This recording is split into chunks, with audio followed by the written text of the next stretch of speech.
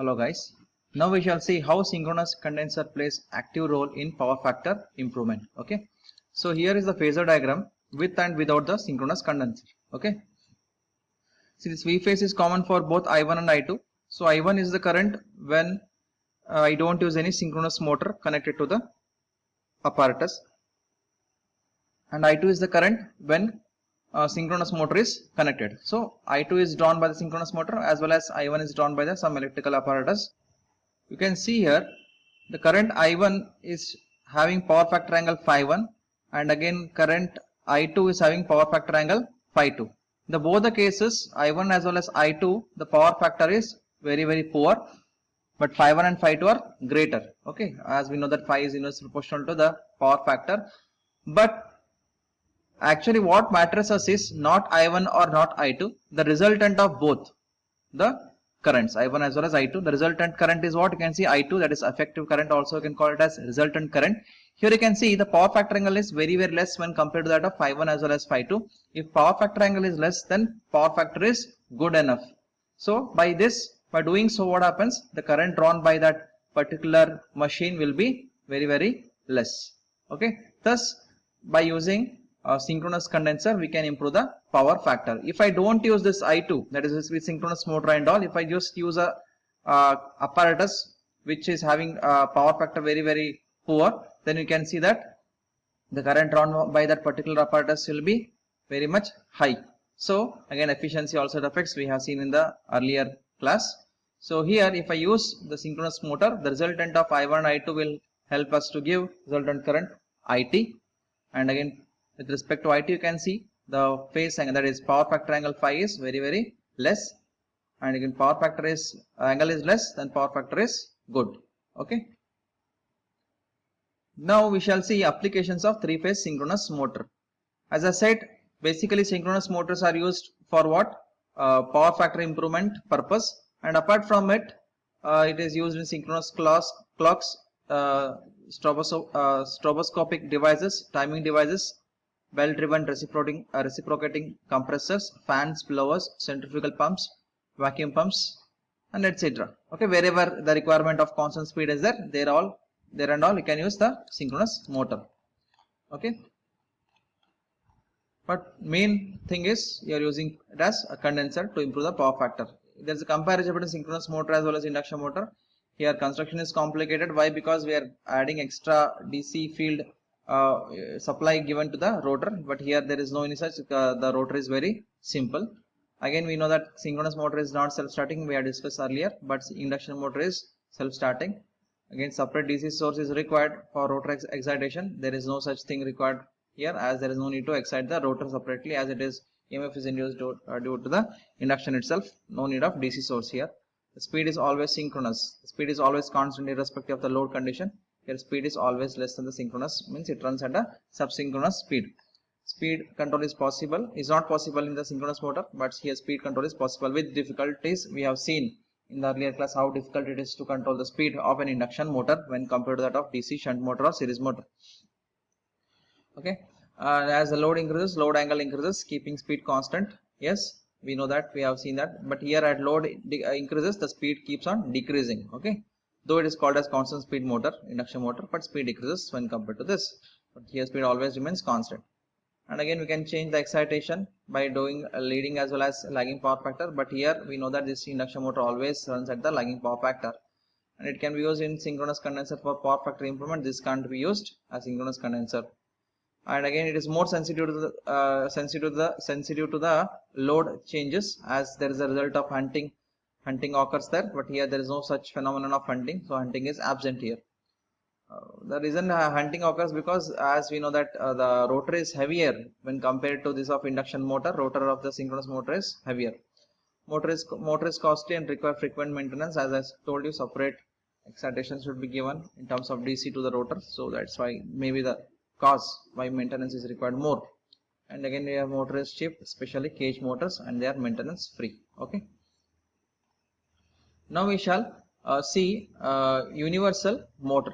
Okay, there are usually two types of universal motor. One is non-compensated low HP motor as well as compensated type high HP motors. Okay, and again let us see the construction.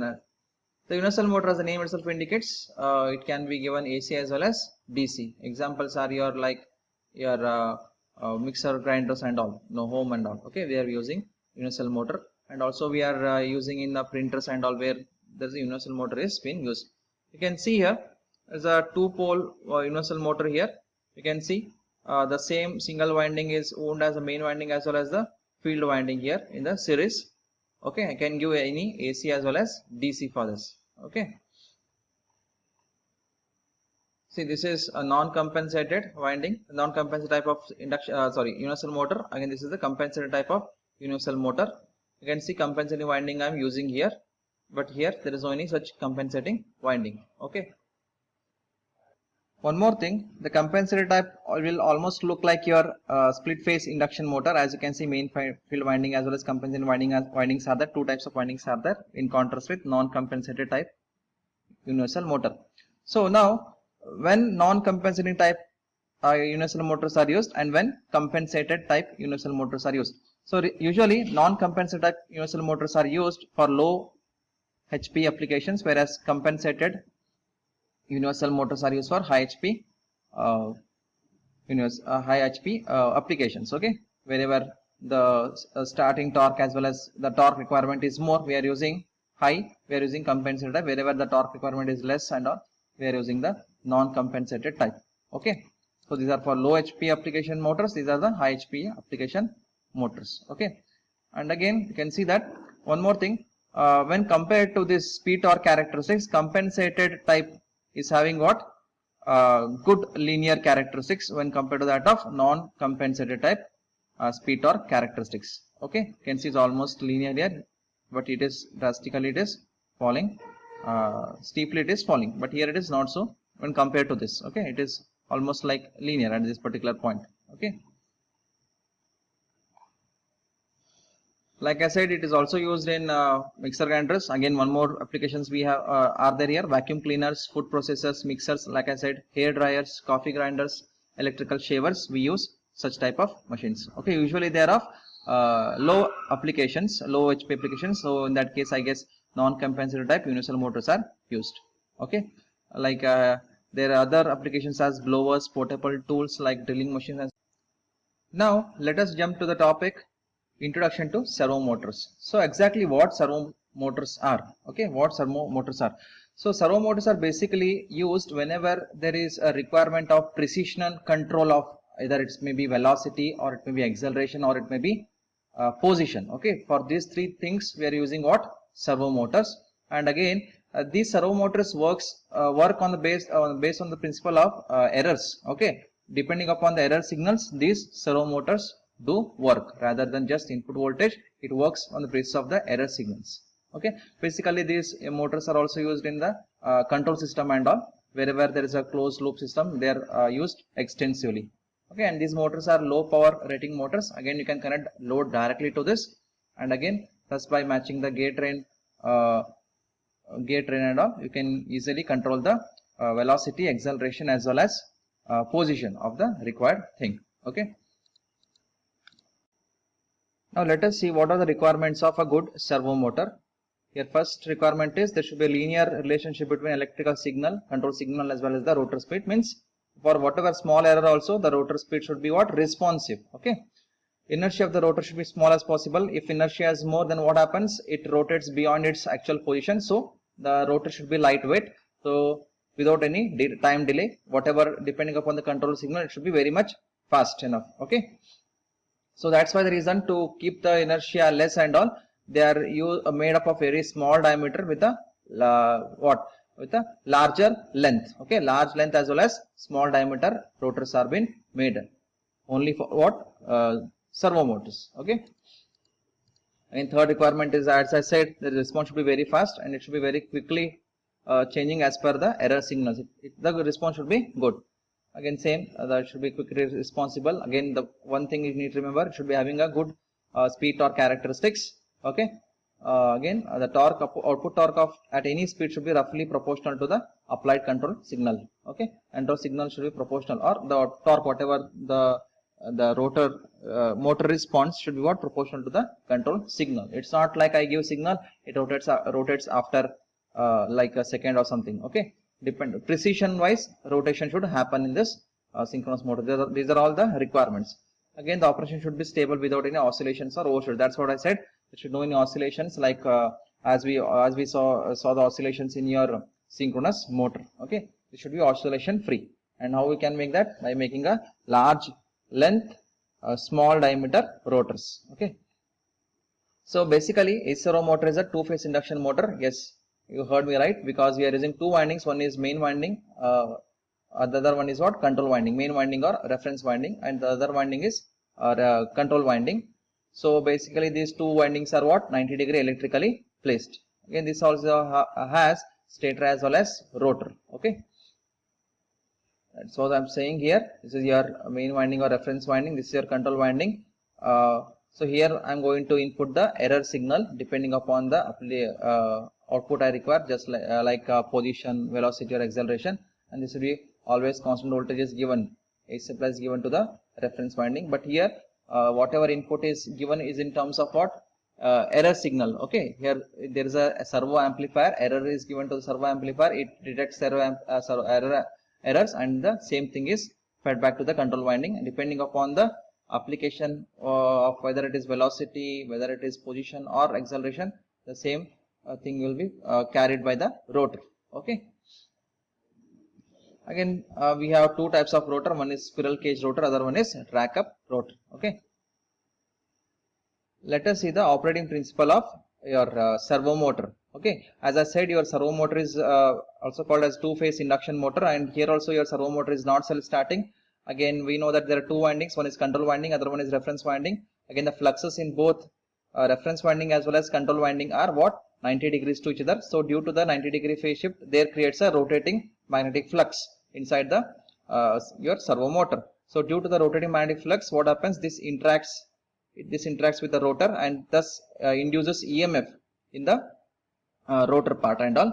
And due to the induce of EMF in the rotor part, what happens? There creates there flows a current in the rotor, and due to the flow in the current in the rotor, that creates a flux in the rotor, and this flux as well as the main flux will interact each other so as to produce a torque. Okay, and this due to the torque and all, what happens? Your motor starts to rotate, and depending upon the input from the servo amplifier, the motor will do its work. Okay. If you want to change the direction of the servo motor and all, you can change the sign of the control voltage. So doing this, we can reverse the direction of rotation of the rotor. Okay. Let us see the torque speed characteristics of your AC servo motor. What are the requirements here? You should be having a linear speed torque characteristics. Slope of torque speed characteristics must be negative. That is, negative slope should be there. The third one is the characteristic must be parallel to one another for various control voltage applied. That's for one or other operations, like either it may be speed or it may be position. The character should be parallel to each other. Here you can see two characteristics we have: speed torque as well as speed torque, with the effect of increasing the resistance as well as the effect of x by r on the characteristics. Okay, so you can see that here three resistances are there: R1, R2, R3, and the R3 is greater than R2 and R2 is greater than R1. If I require starting torque as more and all, if the load is high and all, I need to increase the resistance and all. If I increase the resistance, you can see you get the linear speed torque characteristics. And also, if the requirement is of having linear speed torque characteristics, I need to increase the resistance. See, if I have increased the resistance R3 here, the speed torque characteristics is linear. If I reduce the resistance, you can see speed torque characteristics is not linear. Here it is not linear. See, okay. Here also R1 it is still lesser than R2 and R3. Here also it is non-linear. But here you can see torque speed characteristics.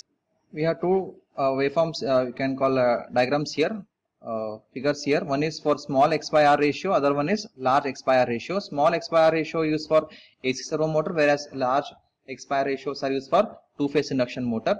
Wherever the load requirement is less, we are going for the AC servo motors. Like I said, they drive very low applications and all, low HP applications. Okay. So how to get small x by r ratio? So I need to increase the resistance of the rotor so that if I after dividing x by r, I will get the smaller value. And how to increase this? Just by increasing the resistance here I'm going to get what? Large expire ratio. Whenever the torque requirement is high, we are going with a two-phase induction motor. Whenever torque requirement is less, we are going with the small expire ratio. Okay.